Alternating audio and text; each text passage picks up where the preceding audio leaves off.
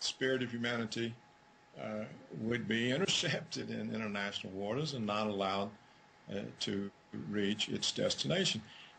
It shows, in my opinion, that the United States knows that it does not have an independent foreign policy in the Middle East, and that it basically is a puppet government of Israel when it comes to affairs in the Middle East.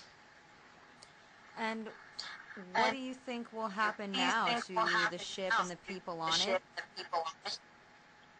I think the people will be released and sent back to their home countries. I believe there are 11 different nationalities. Most likely the Israelis will keep the ship in order to forestall any more efforts to deliver humanitarian aid to the Gazans.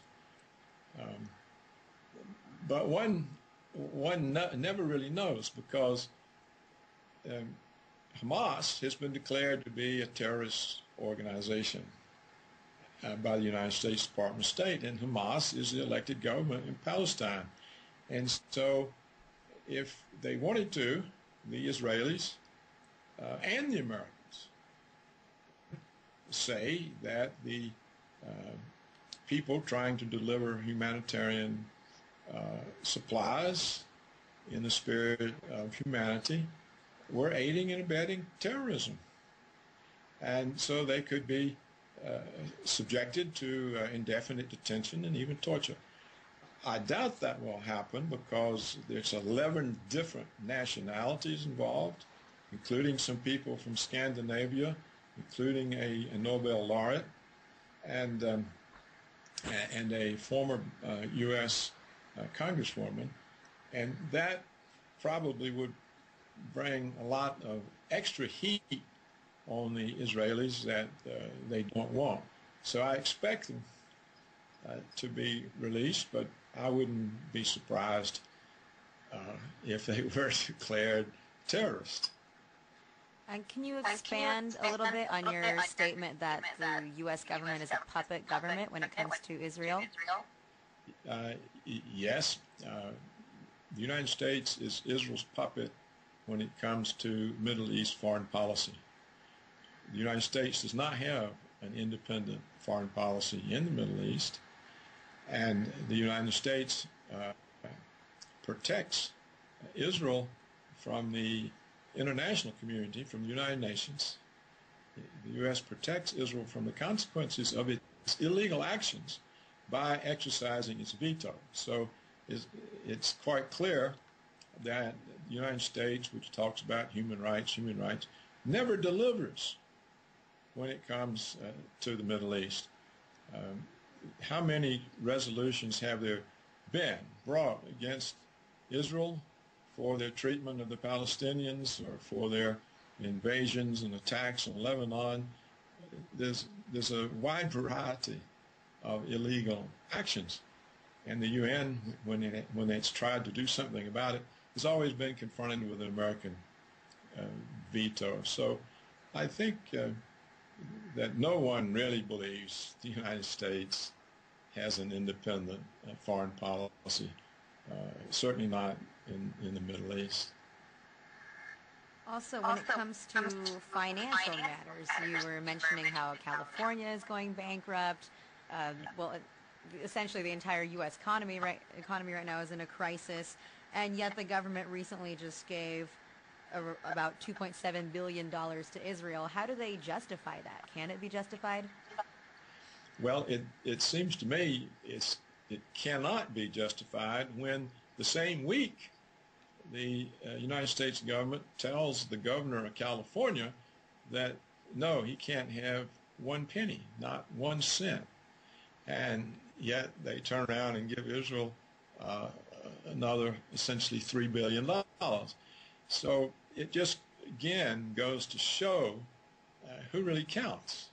Israel takes precedence over the state of California when it comes to the largesse that the United States government hands out. I think this goes back to the Cold War. The Soviet Union had client states, they were called in those days, in the Middle East, and the United States seized on Israel. So that sort of tradition is part, I think, of the leverage that Israel exercises over the United States. Another part is the guilt that Israel has been able to create among people in the United States and the West about the Holocaust, so that people are unwilling to hold Israel accountable when it misbehaves because, they've always been a victim. Those things, I think, explain in part the terrific leverage that Israel exercises over the United States government. And do you think that it's just over the government, or does this extend to American people as well? Or are American people unaware, perhaps, of the strong influence that Israel has? It certainly extends to a large segment of the Protestant Christians known as Christian Zionists and the rapture evangelicals.